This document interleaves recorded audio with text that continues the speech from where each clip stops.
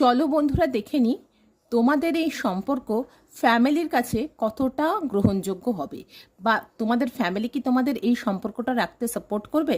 তো আমি এখানে নাম্বার 1 নাম্বার 2 দুটো পাইল রাখছি, তো হয় তোমরা নাম্বার 1 চুজ করো আর নাম্বার 2 আমি দুটো কার্ড নেব। ঠিক আছে, চলো দেখি।